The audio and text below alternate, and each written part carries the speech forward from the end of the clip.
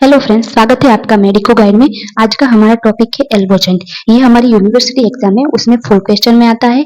तो first elbow joint एक ऐसा जॉइंट है जो हमारे आर्म है उसको बेंड भी करेगा और एक्सटेंड भी करेगा, मतलब ओनली दो ही मोमेंट होगी।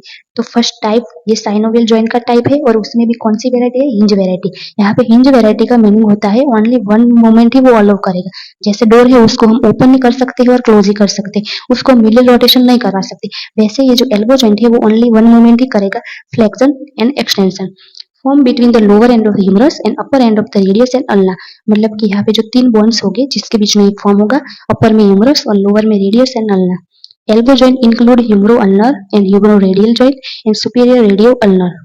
ये तो तीनों जॉइंट है वो एल्बो जॉइंट में इंक्लूड हो गए और ये तीनों जॉइंट को हम साथ में बोलेंगे क्यूबाइटल आर्टिकुलेशन। हम इसकी जो सारी आर्टिकुलर सरफेस है उसको हम डायग्राम के थ्रू देखते हैं। तो फर्स्ट ये एल्बो जॉइंट है वो तीन जॉइंट के बीच में फॉर्म होगा।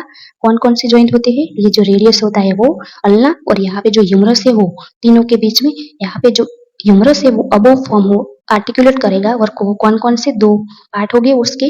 Capitulum and trochlea. और कैपिटुलम के अबव में आएगा रेडियल फोसा, और जो ट्रोक्लिया है उसके अबव में जस्ट आएगा ओलेक्राइनल फोसा।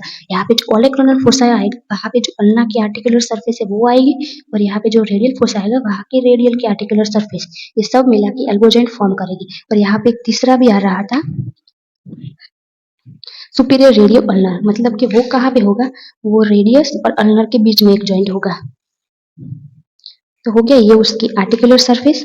अब हम देखते हैं उसके लिगामेंट। तो हमने देखा किसी भी जॉइंट आएगा उसमें कैप्सुलर लिगामेंट तो होगा ही होगा। तो ये जो कैप्सुलर लिगामेंट होता है वो सुपेरियर में कहाँ होगा? एनक्लेज तो कैपिटुलम, ट्रॉक्लिया एंड जो रेडियल फोसा है वहां पे। मतलब कि ये जो ह्यूमरस है वो तो ह्यूमरस के जो सुपीरियर में होगा, वो जो सारे स्ट्रक्चर है वो कैप्सुलर लिगामेंट के सुपीरियर होगी।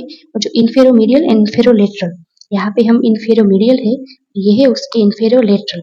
तो यहाँ पे इन्फेरोमीडियल में एक ही स्ट्रक्चर आएगा, कौन सा? जो अल्ना होती है उसके ट्रोक्लियर नोच, ये अल्ना के ट्रोक्लियर नोच होती है वो इन्फेरोमीडियल होगी। और यहाँ पे इन्फेरोलेटरल, इन्फेरोलेटरल में क्या होता है कि ये जो ह्यूमरस से जो रेडियस होता है डायरेक्टली अटैच नहीं होता है, उसके बीच में थोड़ी सी गैप होती है, वहां पे क्या होगा? जो एन्युलर लिगामेंट होता है वो, तो मतलब ये सारे मिला के जो कैप्सूल लिगामेंट फॉर्म करेगी। तो इन सब के बीच में कैप्सूल लिगामेंट होता है, और कैप्सूल लिगामेंट की वजह से जो यहाँ पे साइनोवियल फ्लूइड होता है वो लीक नहीं होता है।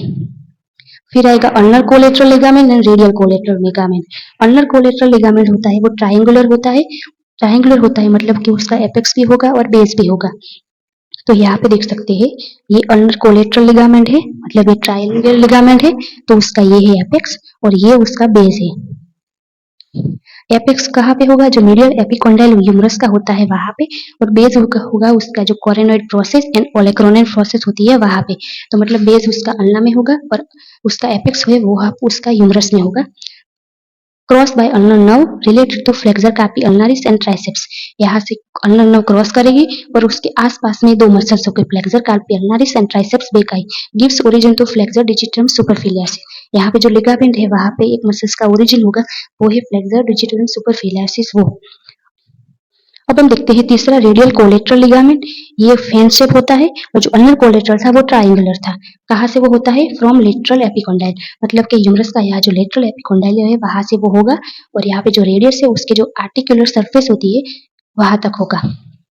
तो हमने देखा यहाँ पे रेडियस है वो डायरेक्ट ह्यूमरस से अटैच नहीं होता है, उसके बीच में एक लिगामेंट आता है जिसको हम एन्युलर लिगामेंट बोलेंगे।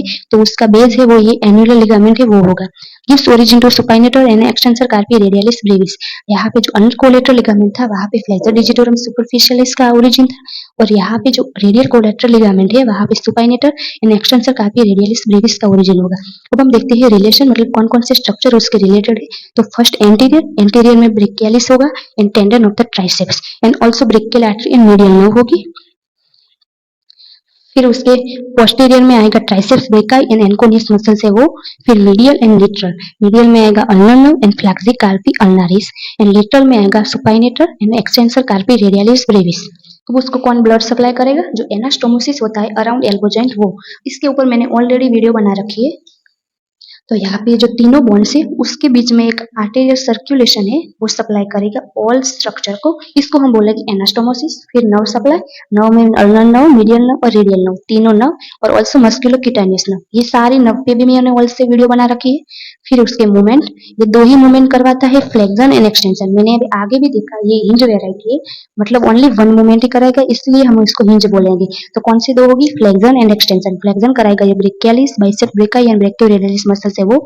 एक्सटेंशन करेगा ये triceps brachii and anconeus muscles. Thank you friends.